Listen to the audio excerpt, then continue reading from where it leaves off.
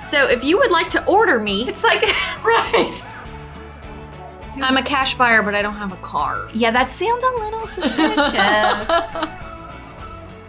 I don't think they realize how ridiculous they looked. Okay?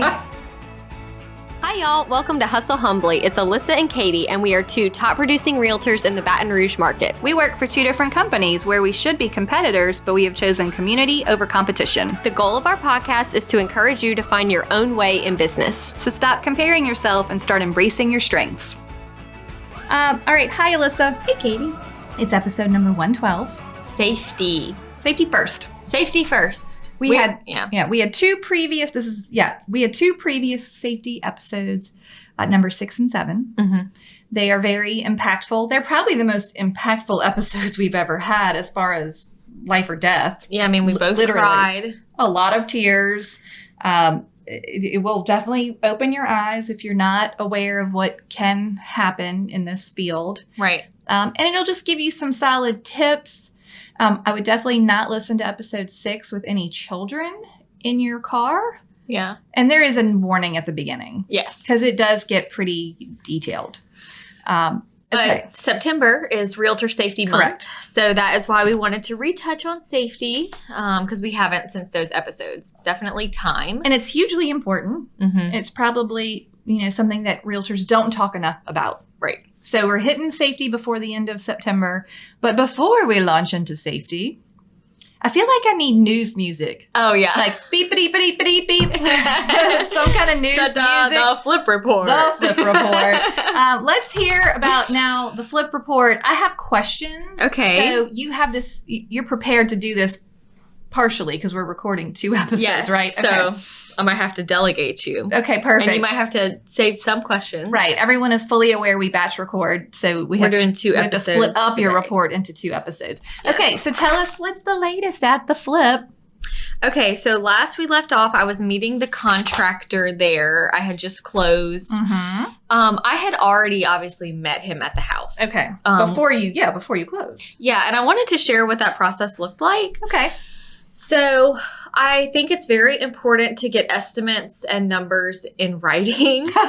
That's a great tip. But instead of saying, hey, how much for this, and they say, oh, it's 50. Right. Like, I want to know. You want it to the penny? I want to know per item. Oh, because do I want to do this? Yes. Or do I not want to do this? And I found the best thing that I did that helped me was before I met my contractor, when we were under contract on the house, before I had officially closed, Okay.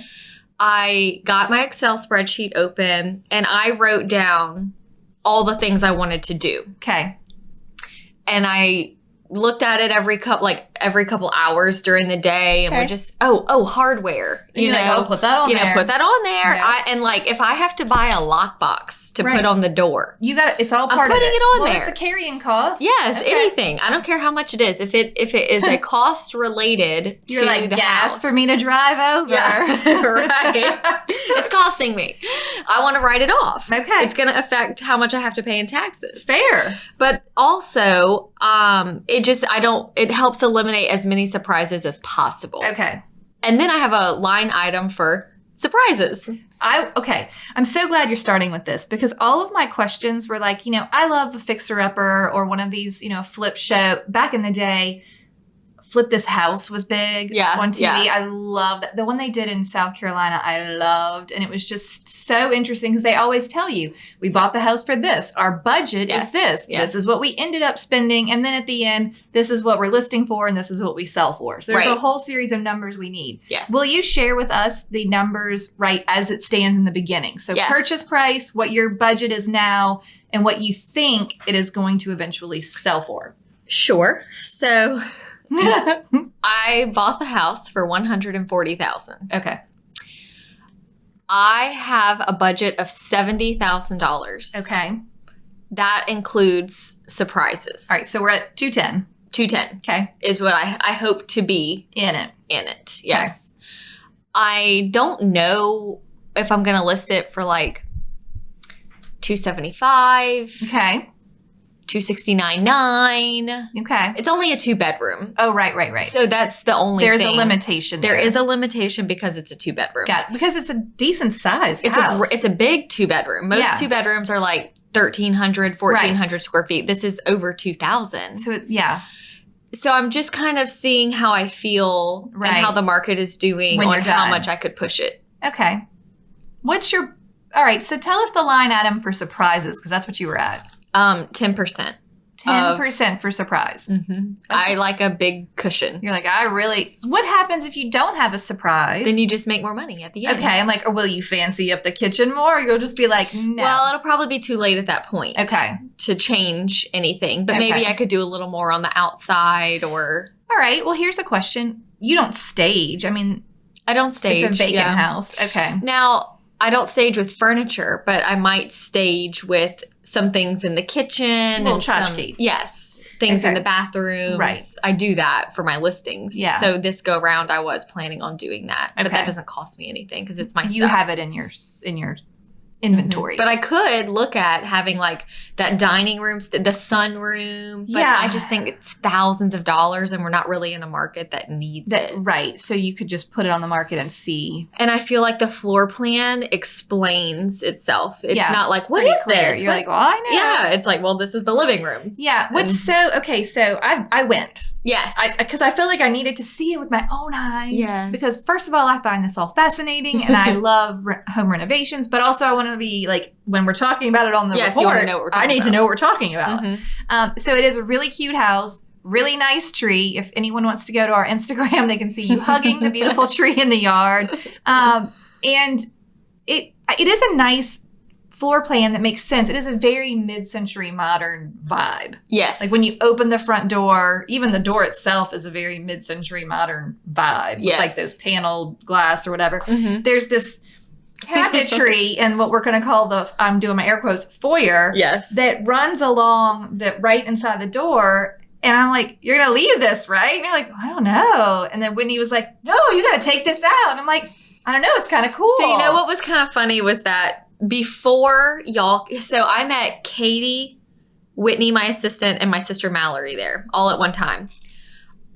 Whitney did not realize I had already met with the contractor. And like, Mhm. we already You had know what our- you're doing. Yes, he Yeah. was just there to Get started. get started. Here's And- the key. Right.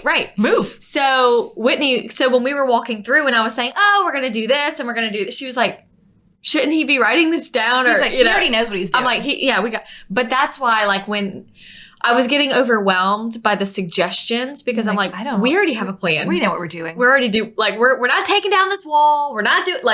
I already know what I'm doing. But then it kind of made me go, I don't know what I'm doing. Why I'm not Well, a you had a designer. plan. I know, but hearing the opinions of others made me go, I don't know what I'm doing. Well, because it's sort of like a blank slate. There's so many things you can do. So many things you could do. But I felt bad because I felt like every time someone was like, why don't you do this? I was like, no, Not gonna do it. Because I already had the plan. Now we Right. did make a few tweaks, which we'll talk about, but Okay. it made me realize like I forget how much I'm like, should we close off so right now the laundry room opens up to the master closet. Mhm. And then there is a door that comes in from the carport. Right. So they were like, Mallory, my sister, was like, well, why don't we just close this off? And I'm like, oh, well. Right. That's what I said in that Yeah. closet. It doesn't need a door to the closet can be much bigger, like, much more useful space So we without the are door. going to do that. Good. We are That going was to my close only off the door. That was my Yeah. only So suggestion. I things feel like vindicated. that are easy. And I'm like, well, that's good. Then you have a longer rod. Yes. Then it won't be like, God, there's only 2 bedrooms and no closets. Right. space. By eliminating the door You in just the don't need closet, you now have a bigger Yeah, closet. and that's a cheap thing. Yeah. You're not adding door. Right. Because we would have had to buy a new Fill it door up. anyway. Yeah. So just You could use that door somewhere else if you need it. close it. Yeah. Love it. Okay, what else you want to tell us in this flip report? So since we last talked, the appliances have been ordered. They're only on a 3-week back order, which I thought was good. Right, thank compared to everything else going on. It's funny because the next day, the day Mhm. after we closed, I wanted to bring my mother-in-law by to see it because she has a antique shop in Denham. Right.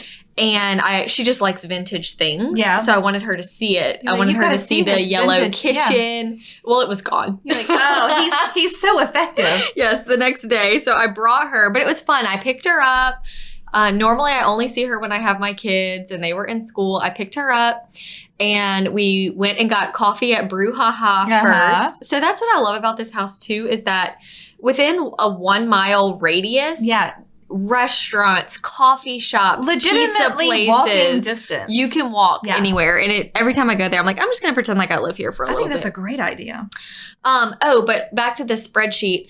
So I made the spreadsheet on my computer and then I printed out 2 copies when I met the contractor. Okay. I walked through the house with him. He had a sheet and I had a sheet. You brought it for him? I brought a copy for him. I went through and showed him the things that I wanted that were already written down. He asked me a few questions like, oh, well, are we going to add crown molding in here? Mm-hmm. And I was like, oh, I didn't think about that. Put it on the spreadsheet. So by the end of it, there was like 3 or 4 things added to the spreadsheet I already had based off of his questions. And I said, go home and I want a price next to each thing in their box. Okay. So now I have like a really good understanding. I have something in writing. Right. I can say, you said this was how much you needed for this. And you're lucky to have a contractor that will do that. But why wouldn't they? Oh, my friend. But why wouldn't they? Because they are basically wanting an overall number and they will break it down sometimes to like plumbing or electrical, but they're not going to be like crown in living room, crown in bedroom, crown. Like it's because they're adding their profits are added to each thing or the overall or whatever. And I guess that's how he did it too. Like how if it was 3,000, he probably put 3,500 or whatever. It's just not a common practice for a contractor to line item it that way and then for you to be like, well, I want to remove this because most contractors would be like, well, ultimately it's worth me taking the job for the bottom line. But if you keep taking a thing out, then maybe I don't want it. You know, like maybe the overall, it's just. I feel like if I couldn't get a line item, I wouldn't be able to work with that contractor. Yeah. That's how I would feel. Right. I would be like, well, then you don't get the job at all. Yeah. But the Excel spreadsheet has been super helpful because I have it to protect me. Right. We're on the same page. He's got it. He's very clear with what his job is. It's like a checklist, you know? I like it. So I just wanted to share that because I had people asking a few questions about that. And then also when I was there with you, I took a walkthrough video. Yes. Unfortunately, the lens is like making a little clicking noise for some reason, but it's still fine. But we'll put it on the Hustle Humbly YouTube. Yeah. So that people can see a full before. Yeah. So go to our Hustle Humbly YouTube page. I'll upload it. Yes. Okay. We'll do that. You can see the full walkthrough video of the house. Oh my God. It's so fun. And it has this cute little mail slot. I love that mail Katie slot. found. Mm-hmm. And the mail just shoots right in, but it lands on the foyer table. Yeah, it really does. Like catches the mail for you, but that table will be gone. Wow. But I like that little mailbox. I love that little mailbox. Yeah. It's cute. So we'll post that video too. Love it. Okay. And that is the update that I have for today. I love it. I know one more question. Okay. What is your current time frame? Like, what are you hoping it's done by? Like, what's your budgeted time? I'm pretty flexible on that just because I've seen what's going on in the market right now. And I have I had 2 buyers that are building. Right. Both were supposed to be done this fall and like October. And we just did extensions for both of them for end of January. So we're going into 2022.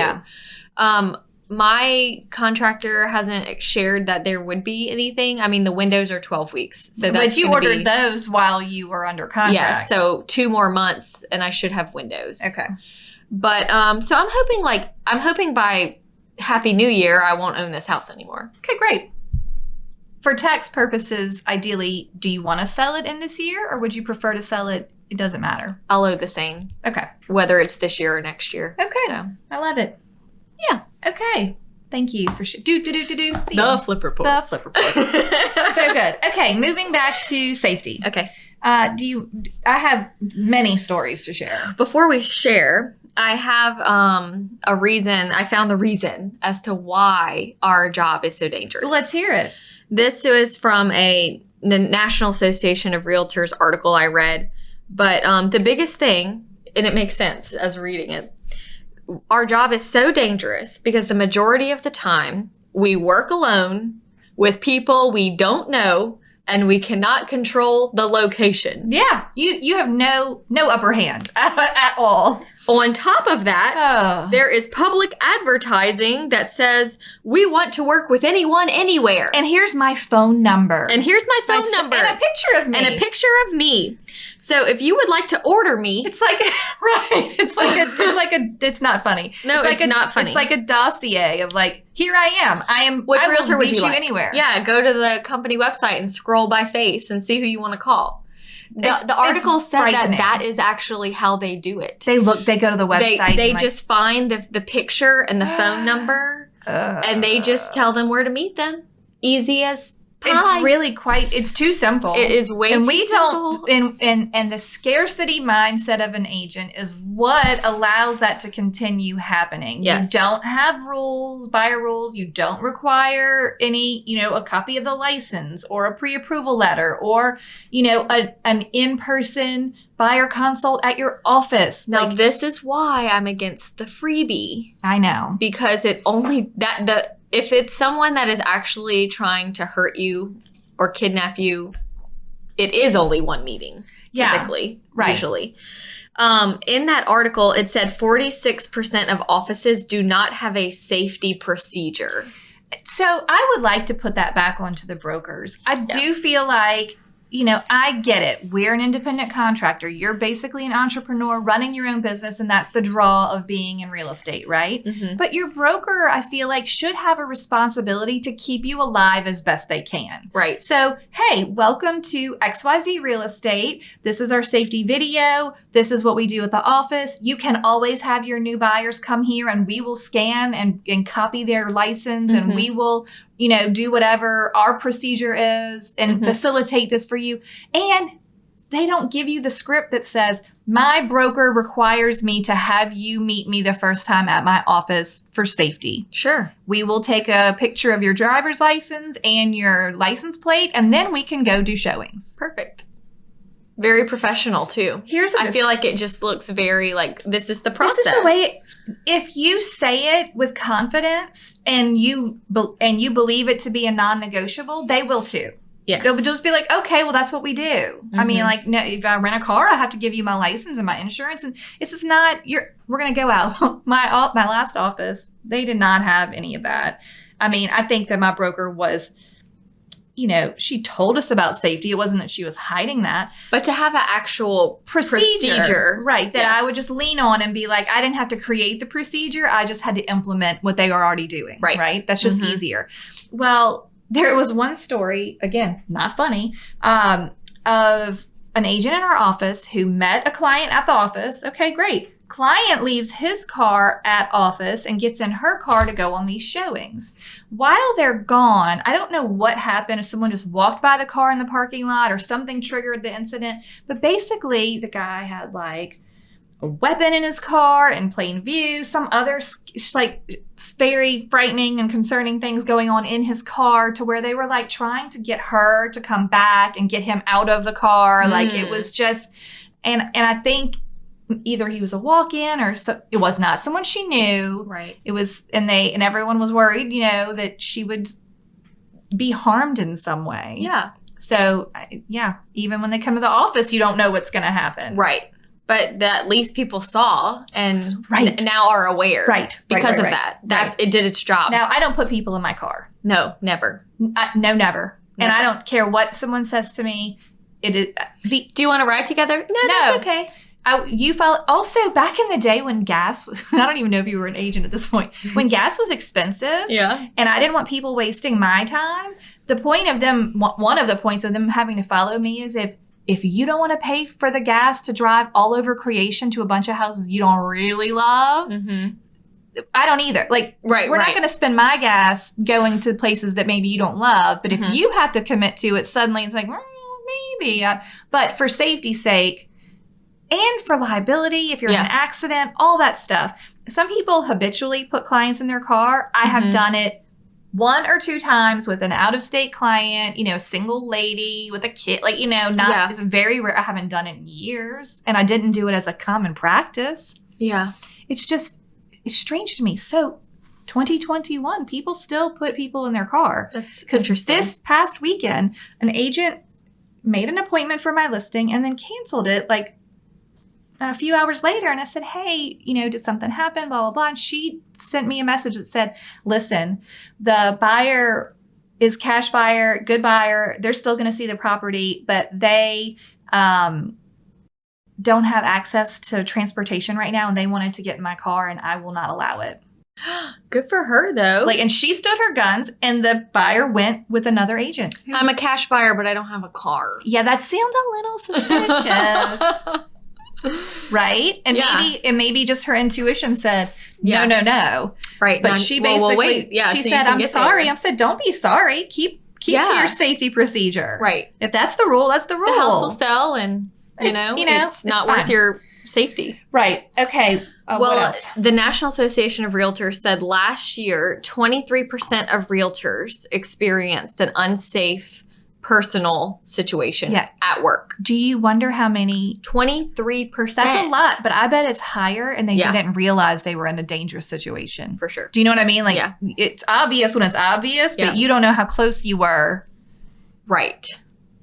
And then 31% felt unsafe at an open house because of something. All right, let's dive into open house then. Okay. Open house is a very exposed position for you, right? You cannot control who comes. Mm-hmm. It's publicly advertised. You're hopefully not alone. So what are some good safety procedures? Now, Carl in episode 7 does talk us through some really good open house procedures. Yes. So I'm not going to reiterate all of that.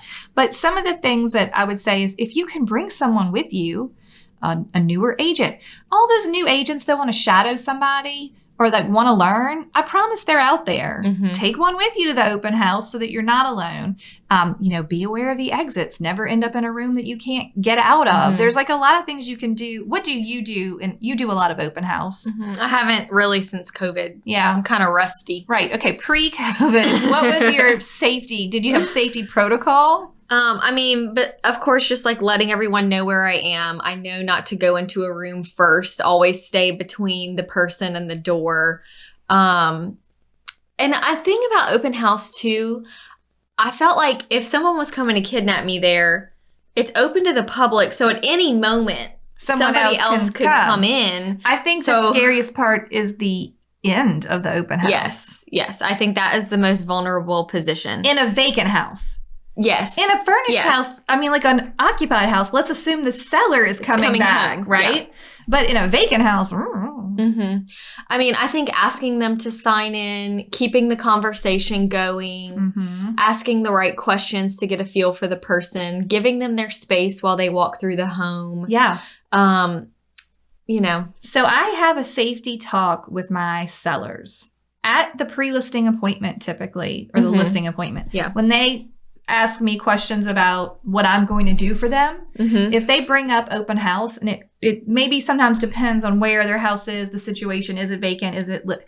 When they ask if I do open house, I say, look, I don't as a practice typically do open house because it is a safety concern. It is an uncontrolled environment where strangers are coming into your home. Now, if mm-hmm. you're living there, I also can't be held responsible for theft, yeah.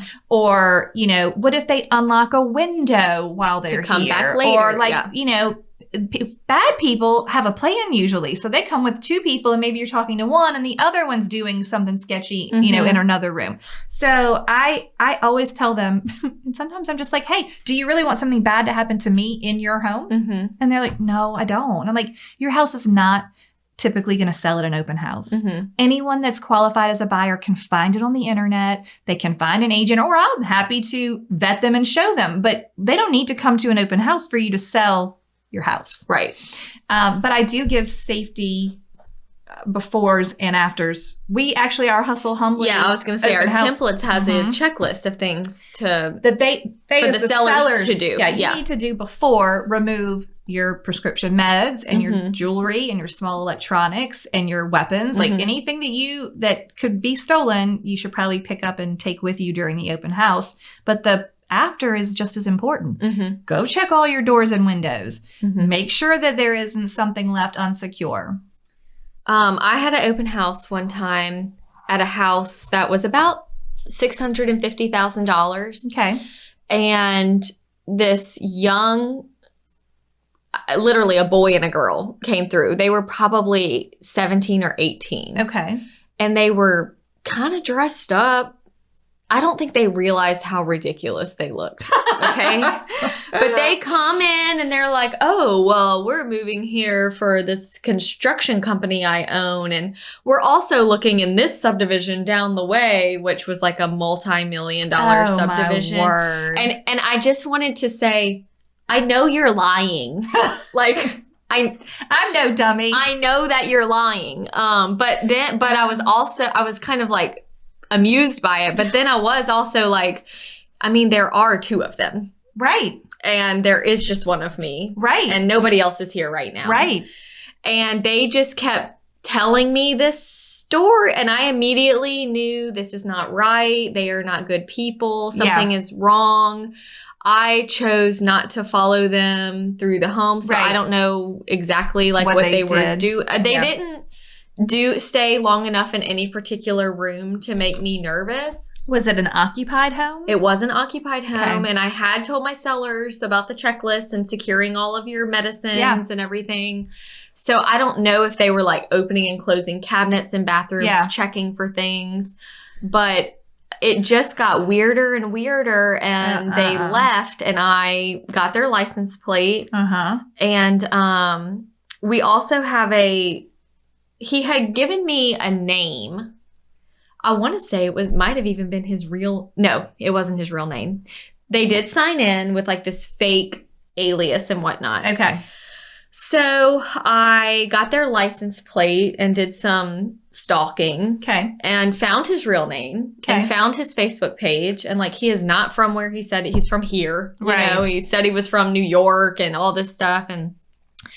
But he had been arrested several times for drugs. And so I just was like, well, there you go. And so then I I emailed our board to say, hey, I had an open house. This is what happened. If you want to just let people know to be on the lookout for this couple. Right. And I posted in Realtors Roundtable, our Facebook group, our local group.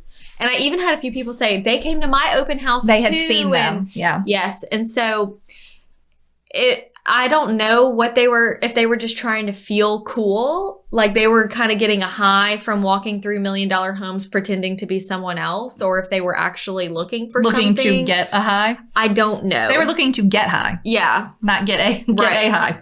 I don't know what their plan was, but things like that. But you also don't know. I mean, there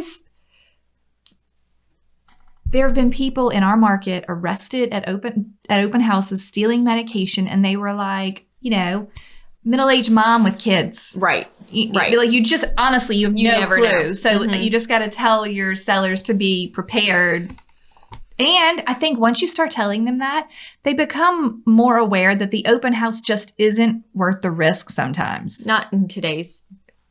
Yeah. It's just not. Right. And look, that's coming from people who have done open houses, and you very successfully have done them. We're not saying never do an open house, but you have to do it very mindfully. You have to do it very mindfully. And I do think like if it's a seller's market and things are flying off the shelf, like an open house, I feel like should almost be a last resort. Like we're not getting feedback. We're not getting traffic. I'm going to try an open house for you to just see if we can get some feedback before we reduce the price. I think that's fair.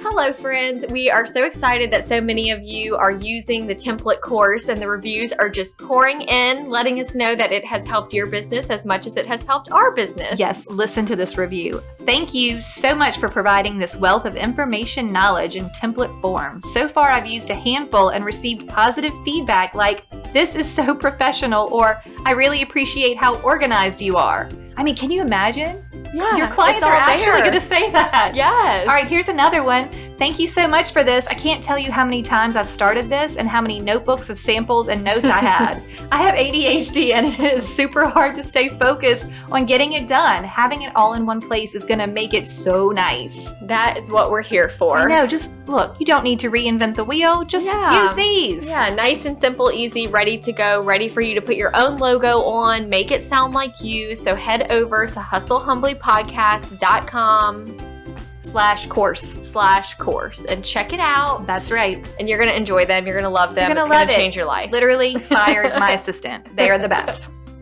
Okay, bye, Enjoy friends. the template. Yes, enjoy. Okay, I have another open house story before we move on. Okay. So this is very recent. So within the last year, I had an agent in my office do an open house for one of my listings. I knew it was in a great neighborhood. It was during the parade of homes. So it would catch a lot of traffic that, people who were going to tour these new construction homes would maybe also pop into this open house for a resale. Okay. Agent goes, it is a very popular, full open house, lots of people in and out. But towards the end of the open house, and it was in a higher end neighborhood, someone, came to the open house in a suspicious looking vehicle and, kind of said some strange things while they were inside. And the crazy thing was, it was really towards the end of the open house, the sellers had returned home. And so the sellers entered the house specifically because they felt uncomfortable. They watched the man go in and knew that the agent was there, and they didn't like the vibe and felt worried about her. And so they entered the home and experienced kind of the weird person. And then the person left, and the sellers after that told me, no more open houses. No more. No more. I don't want that. We don't want people in our house. They were like, we didn't even think it all the way. They had never thought, they didn't think it all the way through. Like, yeah, that sounds great. There'll be all these. I'm like, yeah, no, you just really can't control. Right.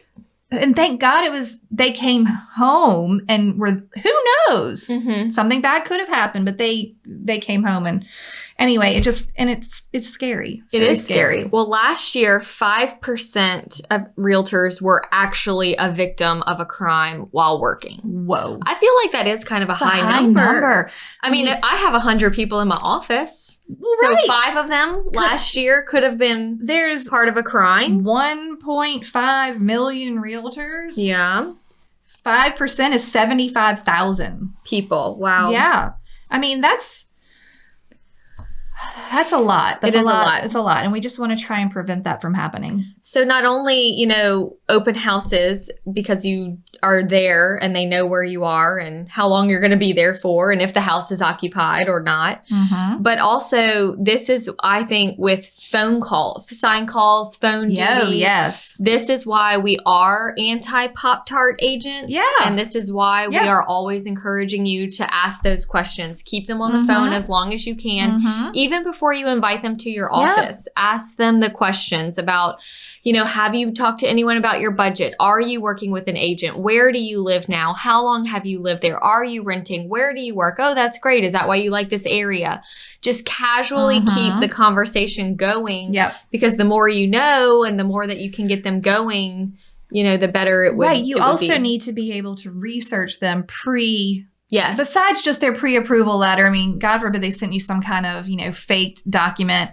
You need to be able to go to LinkedIn and Facebook and Google and search these people and use the forewarn or whatever you're going to do and search these people before you meet them if you do not know them. A lot of boards are starting to pay for forewarn for their agents. Yeah. So if y'all don't know what forewarn is, I have it. It is amazing. Yeah. But you just put in the phone number and it tells you criminal history. It tells you if they've ever declared like bankruptcy or anything like that. So it gets you all the information you would really need. And then you could even screenshot that and send it to your accountability group and say, hey, I'm meeting this person at this house. Yeah.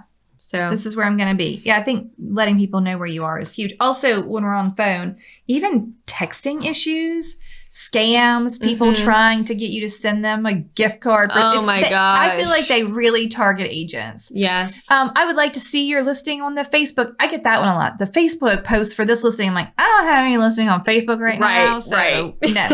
But I don't even respond. But I've also gotten some inappropriate photos. Yes. To my text. And I'm just like, what in the world?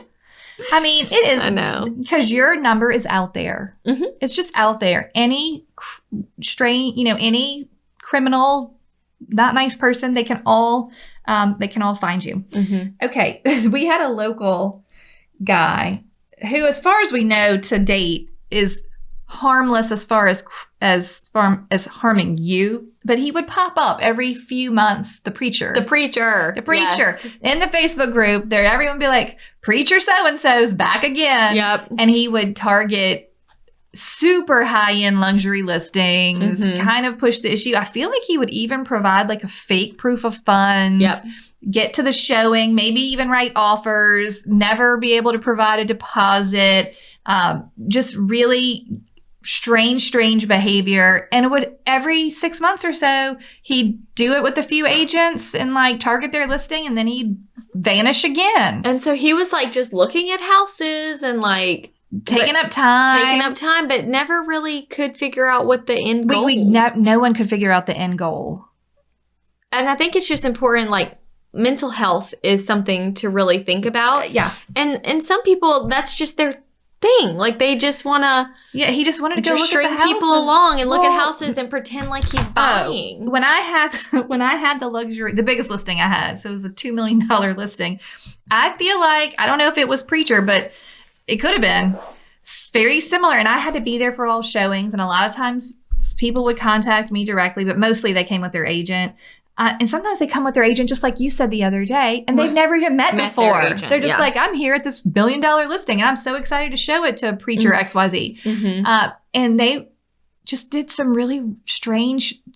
I think sometimes people are lonely. Yeah. They're just like, they don't have anything better to do with their time. It's like, oh, let's see if we can get into this $1 million house, or maybe let's case it for a later crime or whatever it is. Like, there's just a lot of things that can go wrong out there in the real estate world. There is. Have you ever been actually scammed? By like someone looking at my listing? Or like a client that led you, I'll tell like you a one. real scammer? Look, I don't know for sure if this was a scam or not. And quite honestly, I don't know if my seller will still pursue legal action, but it's been several years since this happened. We received an offer, cash, deposit check bounced, did an inspection, did like ask for repairs, scheduled a closing, like the whole thing. And then they just never could find the money. And and then they would have like some other document or something that would, string us along a little longer. And it was like a year-long process where the house was under contract with this person who kept saying, I'm going to buy it. And maybe he had intentions of buying it, but it was very eye-opening for me to just be like, it was a long-term listing that didn't have, it was high-end, didn't have any other offers, right? So just try. We'll just try.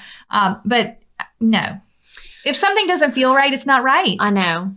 When I was in year 2 or 3, this couple, I don't remember how it might have been an open house. It wasn't a referral or anything. Right.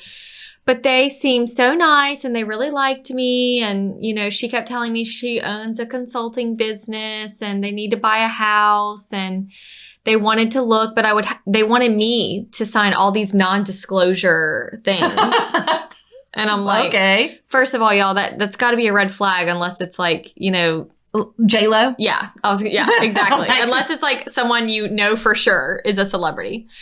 I think what caught me off guard about this couple is that they had like a 10-year-old boy with them every time I met them. Okay. To this day, I think about this boy and where he is and if he's okay and what he's turning out to be, because his parents or the people he was with were clearly scammers. Right. And I don't know what their end game was. Right. Because they weren't trying to hurt me or kidnap me. That you knew of. Right.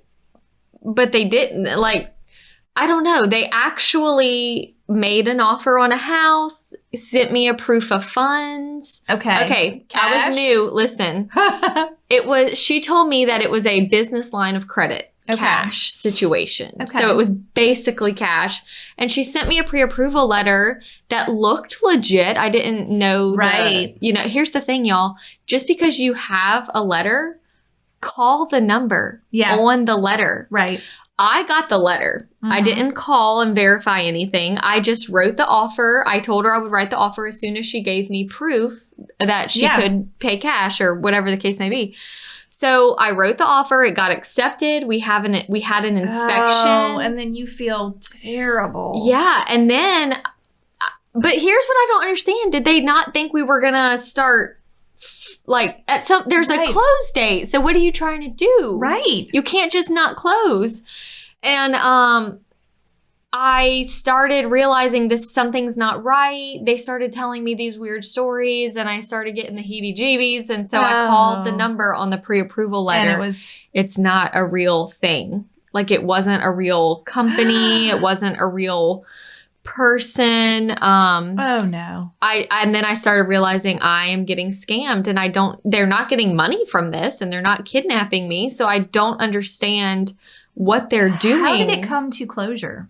What did you say? They disappeared. They stopped responding to everybody. And then the listing agent, who I thought was going to hate me, was actually very gracious and empathetic and was like, I can't believe this happened to you. I'm so sorry. I do feel like you did what you could, and the only thing I would have changed would have been vetting the pre-approval letter in the beginning early. So, and I do this, like if I have a buyer that comes to me already pre-approved, I always reach out and introduce myself to the lender. Yeah. Just to say, hey, we have a mutual client. Right. Don't be referring them to any other agent. I'm the agent. I'm here. Yeah, it's me. Like we're all going to work together now.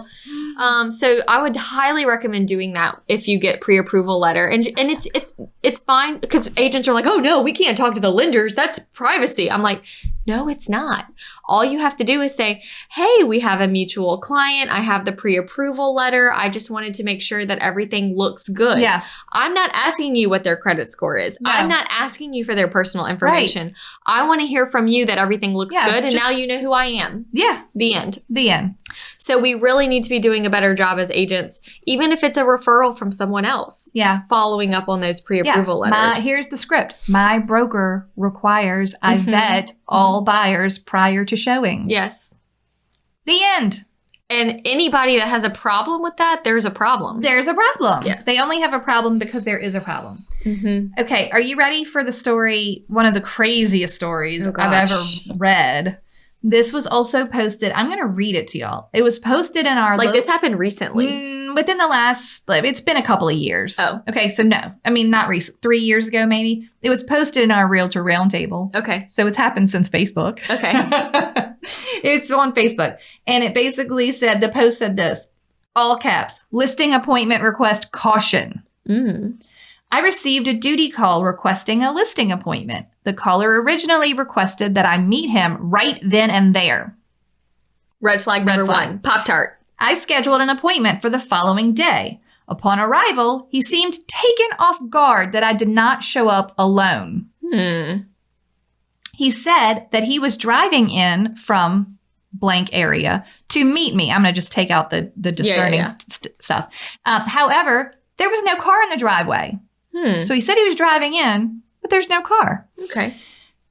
It was a single wide trailer located at blank. So she's trying to give us a heads up, right? Gosh, she's telling us where it is. On half an acre. The trailer was vacant with, this is where it gets real creepy. Oh my gosh. Trailer was vacant with only a mattress on the floor of one bedroom with a rope and a twisted towel on it. Oh my gosh. Water in the bathtub. Brand new shower curtain liner, not yet opened on the back of the toilet. Oh my gosh. She went in and saw that? She did the listing tour. I'm doing my air quotes. At least she wasn't with by the herself. person who came, another agent went with her. 2 agents went in. Are you about to eat me? You're going to kill me? And I'm sorry. The house has nothing in it but a mattress, a rope, a twisted towel, water in the tub, and a shower curtain liner that's not yet open. He was ready to go. That is all planned out. Next level disturbing. Oh my gosh. Okay, keep going. That's it. We don't know what happened? Did she call the police? Oh, no, they left. Well, wait. They left. I believe the follow-up comments, because I don't have them all on this document. But they left. Yes. They did contact authorities, I believe. They also contacted the board to try and make sure that they made people aware. But I want to tell you, never once after that Facebook post did I receive an email from our board of realtors saying, this is going on. Right. And this is where I think that they maybe could do a better job because they have access to all of us, right? Right. All our emails. When I had a very scary thing happen to me, and I'll tell you all the story as well. At the end of it, the relation to this here, I let the board know, and never once did they alert. They did not send a mass email. Okay. And I'm like, I know that I was in danger. Right. Just like these people are pretty well aware that they were in danger. And I also think that if they may say, well, we can't send an email out every time someone gets... Yes, but you should. Because... You send me an alert every time a realtor passes away. You can send me an alert and every time And I they're think if I in got danger. an email every time that an agent was in a scary situation, it would make me go, Wouldn't you open your eyes to that? Yes. Oh, this is happening in my market. It's very common. I need to be vigilant. It is not okay that stuff just kind of gets add brushed it to the board of directors list. I'll just, if the cops come or if one of you actually gets, murdered, then we'll let everybody know. Well, maybe we need to have a better safety thing put in place. Or there should just be right. I think the problem is that some of us, and I've been definitely guilty of this, even when Carl told us his mom's story. I mean, I remember when that was on the news, and I remember having to kind of at some point turn like a deaf ear because then you start to get freaked out like you can't do your job. Right. You're too scared to do your job. Sure. So I get it. Some of us are going to try to ignore this so that we can get through life without high anxiety and the inability to do what we have to do. Yeah. But at the same time, if the board sent in an email that said, hey, this has happened in your market, be mindful. Yeah. That's different. That's different than reading every scary story about a realtor in another market and freaking yourself out. If it has happened around the corner from you, you need to know your board should feel obligated to tell you if it's been reported to them. Well, I will bring it up at the meeting. Great. Thank you. That will make me happy. Sure thing.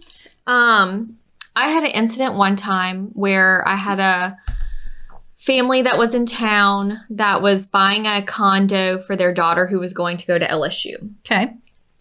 And there was a cute little townhome that met the criteria, but maybe the area wasn't the best. Okay. And I was showing it to them. Well, it was one of those situations where you pull up into the carport and then there's a back door right there. Yep. Mm-hmm. Well, it was raining. And we get to the back door and the lockbox is on the front door. Well, you can't park at the front door because the front door is in like a courtyard. Right. So I said, y'all stay here. I had my rain jacket. It's raining. I'm going to walk around the house and go to the front door and I'll come through and let you in. So I get to the front door and there's a lockbox and I'm by myself and I'm trying to get the lockbox open and I get it open and I get inside. And it's vacant, and I am walking to the back door to let my clients in, and there's a knock at the front door that I just came through. So I'm like, but then it's a glass patio door on the back door, so I see my clients. So I let them in, and then we go back to the front door, and there's this guy standing there and does not look right. And looks like he's about to walk in when I open the door. And then he sees them and runs away. Yeah. Yes. So he saw me enter this home, hopes I'm alone, hopes I'm going to open the door, hopes he can come in. The end. The end. Bye, Alyssa. Yep. I actually did call the police on that one, and they did come. And did they find him? No, and they were trying to see if there was no, not really. They were trying to see if there was any. To be honest, they seemed annoyed that they were there. The police. It was definitely startling. Like, yeah, if you were my clients and I both felt like it was reasonable to at least report it. Right. I told them I just wanted it reported and made known and on record in case, and I described the man in case something happened. They did opt to send people out. The people that they sent out did not seem happy to be there, but it is what it is, and at least now they have the information. Right. They were just going to see if there was anybody had cameras, Did you share that with the board? I I feel like I would have. It was a long time ago. So I don't recall getting that email either. Right. Just saying. Okay. Is that the scariest thing that's happened to you? That's the first time that made me go, wow, that could have just happened. Yeah. The only other story that I really have written down is that when it was like my year, all of these are year like 1 and 2. Isn't Always. that funny? Because we have a lot of new agents that listen. We want them all to live to see year 3. And I also don't think I was made aware. Nobody told you, just do this. Yes. Just do these things. Right. That's why I wanted to help people. I know. Know these things. So I was on phone duty and I get a call. I want to see this house right now. And I'm like, oh my gosh, yay. I'll be right there. I want to say I asked, like, do you have an agent? I don't think I asked anything about financing. You're like, whatever. I'll be there. And as I'm getting closer to the house, I'm like, oh man. You're like, this is scary. Man. And there's like a sketchy car in the driveway and this guy gets out and my heart just drops. And I'm like, what did you do? I opened the house and he was like talking to me. And then he said something like, do you know so-and-so? And it was a realtor that I did know. And I was like, I do. And it kind of made me feel better, you know? Okay. And, but then I walked into an empty bedroom.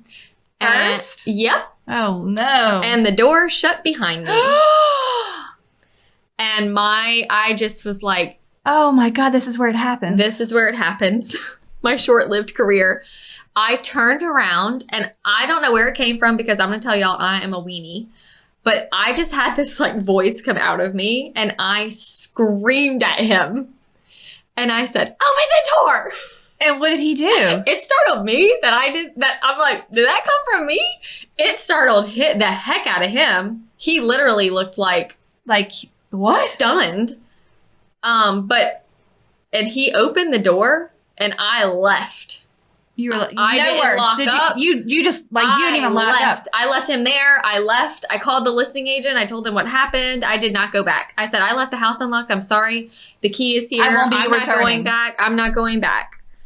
I don't know if anything, but he should have known, even if he wasn't intending to harm me, I hope he knows now you never shut a door. But you know what I mean? Like, right. What was the plan? What was the plan? I don't know. Well, I don't know. It's very scary. It was very scary. All right. Do you want to hear mine? Yes. It's kind of long, but it feels like it needs to be told. Okay. When I was 9 months pregnant with Ainsley. Okay. So this would be the very end of 2009. Okay. I was still working online leads predominantly. Mm-hmm. Zillow was around by then, but I was still like doing market leader or whatever. Okay. So I get this online lead. I have now at this point sold many of these with success. Mm-hmm. Nice people who I'm friends with now. Like, it's not that I think everyone online is going to be safe and fine, but sure. So far no one had tried to kill me. Great. So 2009, I get this lady calls me from the online lead. She's been getting listings from me. She calls me. She says, I'm interested in this particular house in Denham Springs. I look it up. It is like a vacant listing. Let's call it $200,000. Normal price for that area, maybe slightly below $200,000. Neighborhood normal. I see the location. I'm not concerned about going there. I've worked in this area before, whatever. She says, my husband is a truck driver, so we have to work with his schedule. And, we'd like to meet you tomorrow at 2 p.m., whatever. I couldn't even tell you if I had a pre-approval letter or not. It's been so long, but whatever. I said, sure, I will meet you there. The house is vacant. It's the only one they want to see. I arrived there for the 2 p.m. showing. Let's call it, oddly for me, I was early. Mm-hmm. Let's call it like 1:45. I know I was early. 1:50, maybe it's 1:50. I'm in the driveway. This is the one I learned my lesson about driveways. Never, ever, ever, ever, ever park in the driveway. Right. You have to can always be blocked in. You have to be able to get out. If you get there early enough, you can back into a driveway where you're at the end, like you're sticking, like no one can park behind you, basically. Mm-hmm. But you basically, after this day, I was very mindful of where I was on the road and how I would get away. Mm-hmm. Right? So I'm in the driveway, like a good little Pop-Tart agent, I guess. waiting for my people, and a car pulls in behind me. Oh, great, must be them. I've never met them in person, but I've talked to them on the phone. Well, a man gets out. Only one person. No lady to be heard from. She's the one who made the appointment. She's the one I talked to. A man gets out. I'm going to try and get this as short as I can. He's kind of high strung and like, you know, he's not a large guy, but middle age-ish, whatever. He's just like all worked up, and he gets out and he says, hey, can you show me this house? Because I had this agent who was supposed to write me an offer. I want to write an offer on this house, and my agent won't return my calls. And I'm like, just looking at him. I'm like, oh God, I'm here with my giant pregnant belly. Mm-hmm. It's not like I can run. Right. I'm like, okay. I'm like, so I just start asking him questions. I don't know what to do. So he's not your buyer. No. I said, are you so-and-so? And he, because I had the name, right? Sure. Which I think was like Mr. and Mrs. Washington, let's say. Okay. It was like, I don't, what, you know, really. A very generic name. Sure. And I'm like, are you Mr. Blah, blah, blah? And he's like, no, I'm so-and-so. And he gave me a name. And at this point, I have my folder out and stuff. I'm like starting to write notes. He's saying a lot of stuff, and I'm like writing it down. Yes. He says, I'm so-and-so. And he says, my agent will not return my calls. I said, oh, okay, well, who's your agent? I'll write that down. Mm-hmm. And he says, I was working with this lender. And he write that down. Yep. And I want to get in. Can you let me look at the house right now? Because I'm trying to write this offer. And I feel like he said he'd already seen it. I'm like, automatically something was off. Yes. And I'm like, okay, this is weird. One, if you want to write an offer and you've already seen it, why isn't your agent returning your call? Why are you here all agitated? Like, he's very agitated. And I'm like, okay. And he said, can you let me in? And I just said, no, not right now. I'm waiting for a buyer to show up. Good for you. And it was a vacant house. I'm like, I can't go in with you now. I have to wait for my buyer. I said, why don't you give me your number? Because I'm like, how do I get rid of him? I'm like, why don't you give me your number and I'll call you when they're done? And because he's saying, I'm staying at a friend's house around the corner in the neighborhood. And I said, okay. Why don't you just give me your number and go on back to your friends, and I'll call you when we're about to be done, and maybe you can come. Because he wasn't taking no for an answer. Right. So I'm like, then you can come back and I'll show you. And apparently that was enough for him to, he did ask for my business card. Okay. Which I'm like, all right, here you go. Right, sure. And then he left. And then I got in my car so fast to park it on the road. Now here, most people would be like, I'm just going to go. Yeah. Look, he was over the top, but I guess I didn't feel like I was. He left. He left, right? So and your clients are coming. So I'm like, look, I don't know this guy's coming back, but I'm going to park on the road. Good idea. So I moved the car smart. to the road, and I'm like, meanwhile, I'm going to call this agent. I'm still like, okay, now my clients are a little bit late. Okay. So I'm like, I don't know. Yeah, this is weird. It's a little bit late, but I managed to get rid of him and tell him that they were on the way. So I start calling this agent. No one is answering.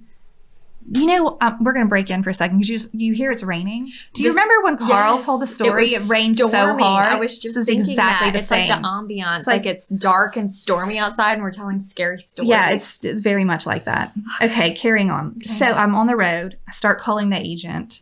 She doesn't answer immediately.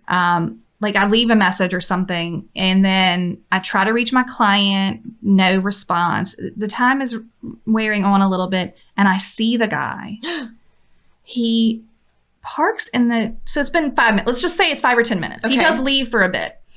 He comes back, and I see him pull his car into the neighboring driveway and then get out of the car and walk across the street from where I am and start like, look, that house was also for sale, for the record. Okay. So I had a sign in the yard. The house directly across the street is for sale. I see him like looking in the windows and like walking around the yard, and I'm like, something is just not right. I'm like, something is just not right. And so then he calls me on the phone. He's like, hey, are you ready for me to come see the house? You know, I'm around the corner. And I can see him. Like I can see, he doesn't see that I see him, but I can see him. Cause like he's parked behind my car and he's across the street, but I see him. I see you, dude. And I'm like, oh no, they're on the way. I just say, they're on the way. I will let you know. Hang up. Now the agent calls me back. Oh. Thank God. Oh my God. I would have left. I think at this point I was about to leave anyway. You weren't going to. But You're so smart though. And brave. Because most people are like, I didn't know what to do, so I just showed them. I was like, no way am I going inside with this agitated guy. Yeah. Even if he wants to write an offer, y'all, the man said to me, will you write the offer for me? Nope. No, I sure will not. My life is more important than this house. So the agent calls. I answered the phone. Have I never told you this story? It's because you look so riveted. I can't remember what happens. Oh, I'm going to tell you. I've heard it. I answer the phone, agent said, I said, hey, I'm at blah, blah, blah house. And I said, this guy named such and such said that you were his agent and that you showed him the house. And she was like, you need to get out of there.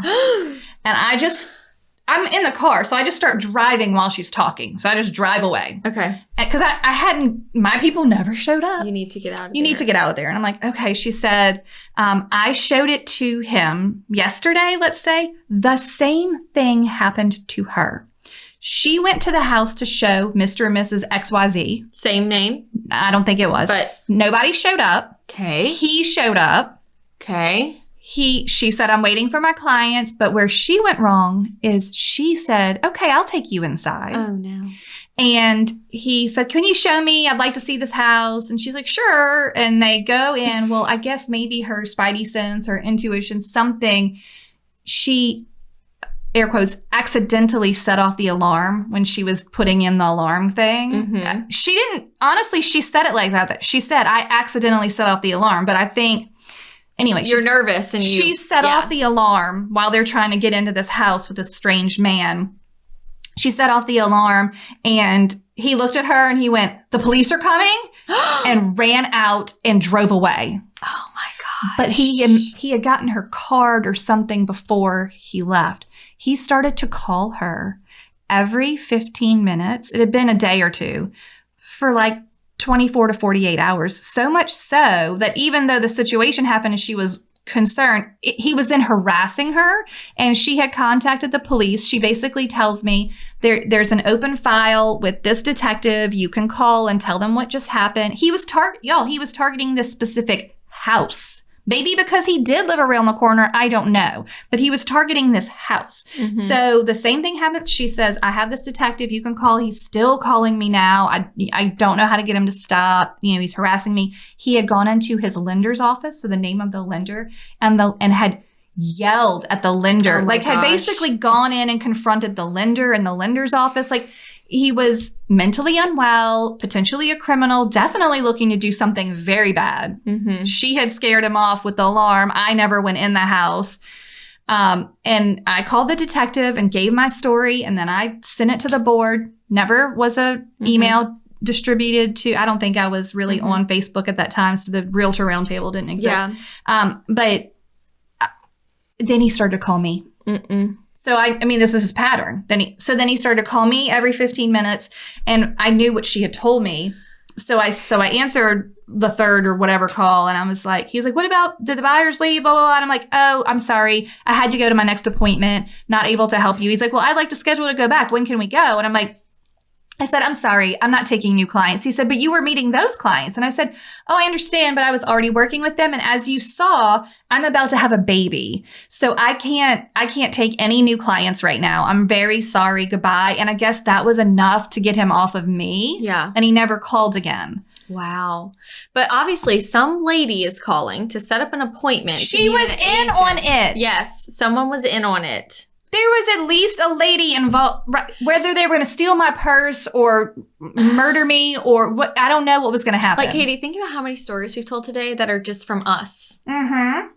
Like, this could happen to anyone. It could happen to you listening right now.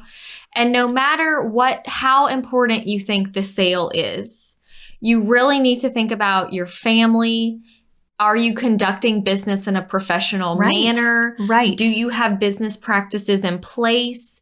Talk to your office about setting up some sort of, even if you just want to say, hey, let's set up a thing in our office where if you are going somewhere you're not sure about, you call and the secretary writes it down and says, if I don't hear from you by this time, we're going to call your phone and you have to answer. Well, let me tell you. Something. I had that happen to me on my biggest listing ever. Also an online lead, remember? I went to the listing appointment. Well, the house is huge. Yeah. The listing appointment took like 3 hours. Yeah. Well, my husband knew where I was, and the realtor in my office, Summer, knew where I was. They had both already basically come to the house and driven by because, you know me, I don't look at my phone while I'm in an appointment because I'm trying to be, present. And that was a big listing. And they were like, are you okay in there? Right. I finally must have seen it. I'm like, yes, it's fine. Yeah. But they were driving by. They're like, what is going on? I forgot to answer my call after I went to the next appointment, and Yeah. my friends were freaking out, and then they called Tanner, and Tanner is the police, and so He came. Yeah, it was bad. It was You got in embarrassing. trouble. I got in trouble. You got in trouble. Because I was fine. But I told these people I'm going to this appointment. I don't know this person. If you don't hear from me by this time, start call. And I didn't answer. And you didn't answer. Okay, so you have to have a system and you have to use the system correctly. But having the system is the number one key part of this. And this is why repeat and referral business is the safest, cleanest, less messy, most profitable business you can ever have. Right. And if you're going to work the leads, that is fine, but do it like a professional that has real standards of practice in place. And I don't think that just you saying I carry whatever weapon is going to, no. Bad people can still do something bad to you. Mm-hmm. Like, you know?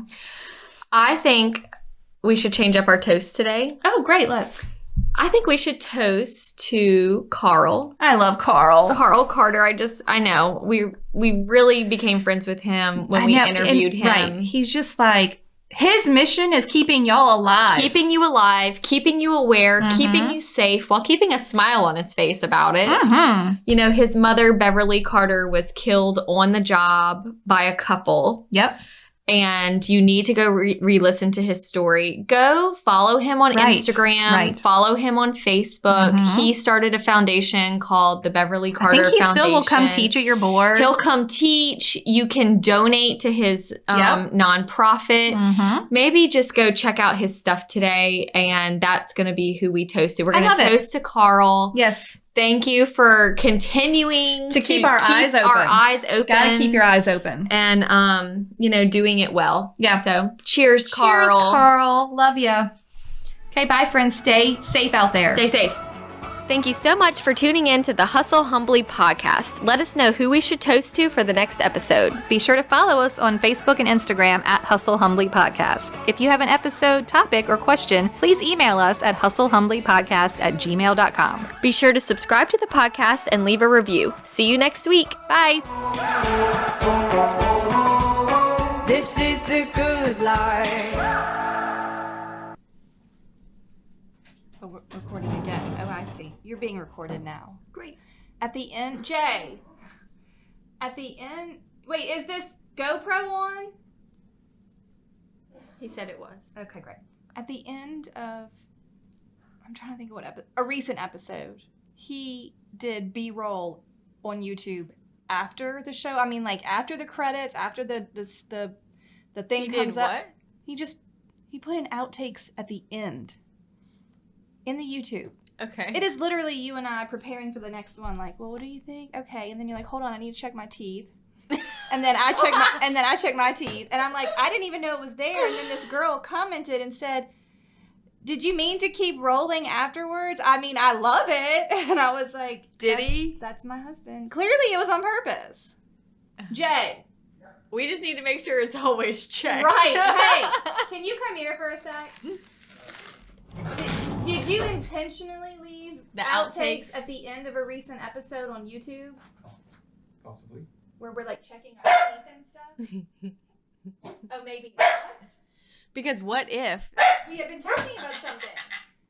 Well, I definitely listened to it. I may not have watched the video because I listened to all of them before the video, before anything. Because, I mean, you put the credit. Oh, I have to catch this.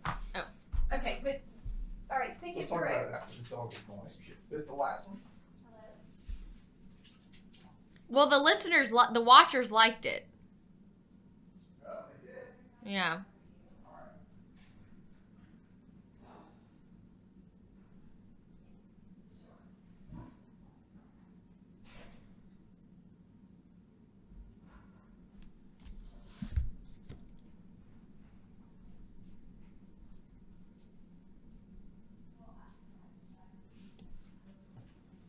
You said that you liked it? Yeah, she messaged and said, "Did you mean to leave this running?" Mm-hmm.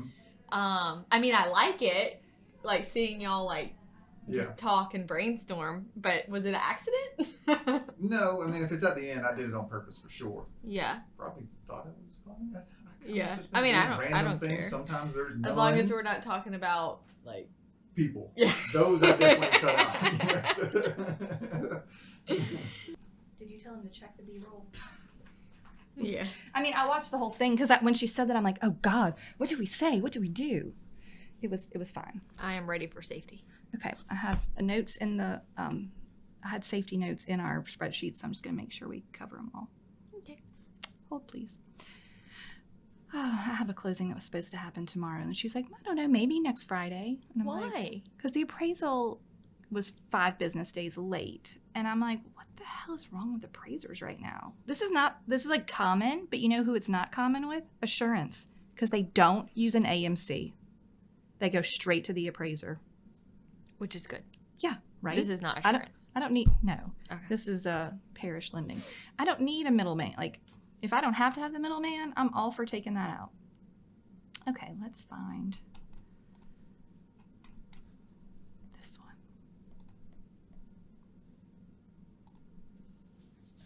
We also, I mean, I assume it would be still September when this one airs. I hate for it to be like, it might be the last week of September. Yeah, Let's I see.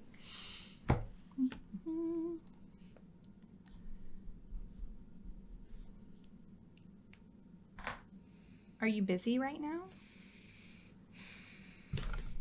Yeah, and I just have so many things I need to be doing also. Like, yeah. Like flip stuff or like sleep? yeah. And then just like personal, Like home like stuff? home stuff, and like my house. Tanner's like, he's like, I'm not complaining.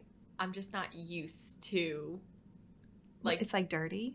like just things not being like put away. Were you like, we have 2 children now. Yeah. One child needs to be fed and changed regularly Wow, while the yes. other one makes Yes. constant messes. You know what? Haven's desk. She broke her desk, Oh, yeah. and I brought it back to the place, and they Okay. don't do repairs. Oh, man. And I was gonna get my dad to look at it, but I might get Jay to look at it too. Great. It's It like sh- a wooden desk? Yeah, it's a wooden desk. Can't be that It's hard. a hinge. It did break off like a small piece of the wood. Probably fixable. Yeah. I would think. Okay. So this will still air in September, so good on that. Let me get the notes. Last week. Yeah, last- September that's- 27th. okay. So we can say like wrapping up. Wrapping it up. September.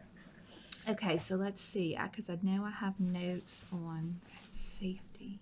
Let's just. I went and took the ethics. How was the it? quadrennial, you know. Yeah. It was my time. It's Mhm. my time. It's a horrible class. Yeah.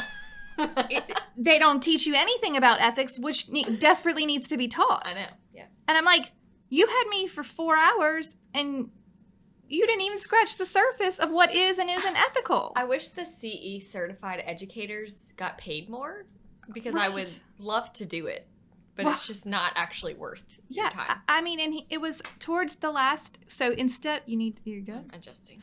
Instead of 4-hour class with breaks, he's like, we're going to speed through it and you'll get out at 12:20. Okay. So you get out 40 minutes early. Great. And the last, let's call it 30 minutes or so, is just, hey, does anyone have any stories? And I'm like, so basically I had 2 hours-ish of the class. Mm-hmm. I was just like, but they need to know this. They don't have a clue. I was disturbed, to say the least. That is disturbing. I'm like, Pat Miller, I mean, he does it all. He's like the guy that does all the I classes. know. But he just And kind he's of. usually good with And- like, he has plenty of experience to teach. Well, then he started talking about things that I knew the other side of, because I'd been in a recent mediation from my, commission Yeah. shenanigans. He was like, and when you do the mediation, you're in separate rooms and you never see each other. I'm like, that is false, false, false. You have to sit in front of the mediator. Yeah, You I both tell was your with- sides. yeah. Then you go in the separate rooms. And I'm like, I'm not even raising my hand. Because then I'm like, I have to tell the whole story. And I don't really feel like Right. doing that because the room was full of really old people. And I was like, I don't really want to talk to you. Yeah. It was just like a whole thing. I was not impressed, to say the least. I mean, he's been teaching it for 3 years or whatever. I get it, but at the same time, I'm like, Yeah. honestly, I don't feel like he cared, like, if you learned it. Do you know what I mean? Right, right. It was just like, we all have to Maybe do if this. we cared, we'd... Right. Kind of like when he's trying to be like the friend instead of the teacher. Yeah, I'm like, just be a good teacher. Just teach me the material. I wonder how much you can make doing that. Ask your friend, Brent. Surely he knows. Yeah. Why doesn't he do it? Because then they'd have to pay? Because Pat does, the realtors are doing it for free. And if Brent teaches it, you pay? I don't know. It's got to be, though. Brent gets paid. Mm-hmm. If you got it online, you'd have to pay. Yeah. I don't know. I was just like, not so good. And we start, one agent, you'll love this. One agent raised her hand at some point when they were talking about whatever it was, one of the articles, and said, what about these buyer love letters? And like starts asking about love letters. He had no clue what that was. No clue. He's like, what do you mean? And we're all like, the agent or the buyer writes a letter saying how much they love the house. Mm-hmm. This is about my family and we want to live here. And he's like, people do that? I'm like, where have you been? I was like, they've been doing it for years, but it's really common now. And I'm just like, wow. Oh, I've got so many good notes in here.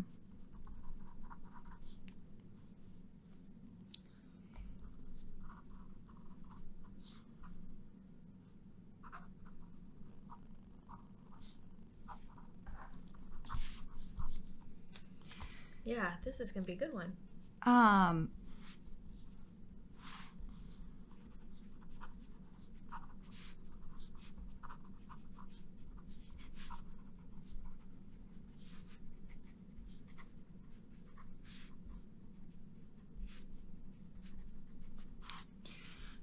Yeah, so I was just like, I got it done, but that wasn't the point. Like, I guess maybe I'm just such a I'm such an education person that I'm like, why aren't you have to teach them. They don't know. They think they know it now. They don't have a clue. Right. Very disturbing. Okay, this was on and I have the story from Realtor Roundtable. I don't like that. How many toasts? No, there are some there. This one that I have in the inbox just says a person's name but no toast. So I'm like, well, I don't know what this is. Don't worry. Can you email them back and say... It's just an email from me to the podcast that says a person's name. Maybe I'll go look up her and say, all right, look, it's time to clean this out. Anything in particular you want us to It must be in... Hold on. I know how to figure this out. It has to be in whatchamacallit, in the DMs. Let's search this lady.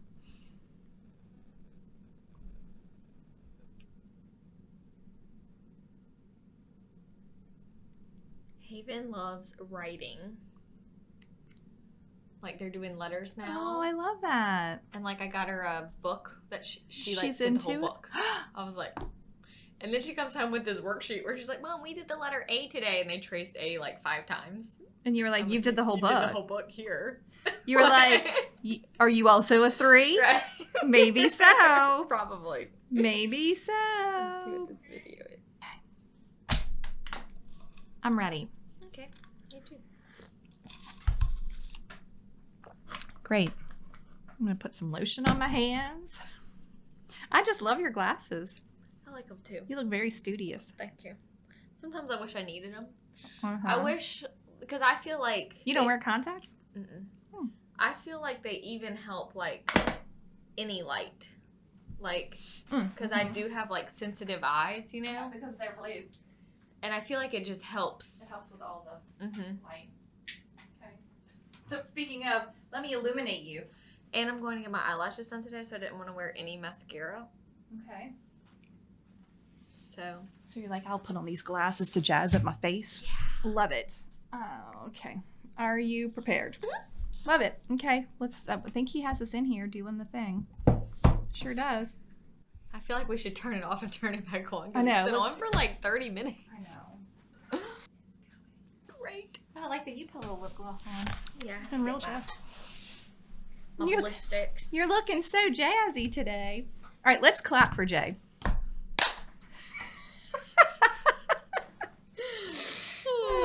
She's so special. Okay.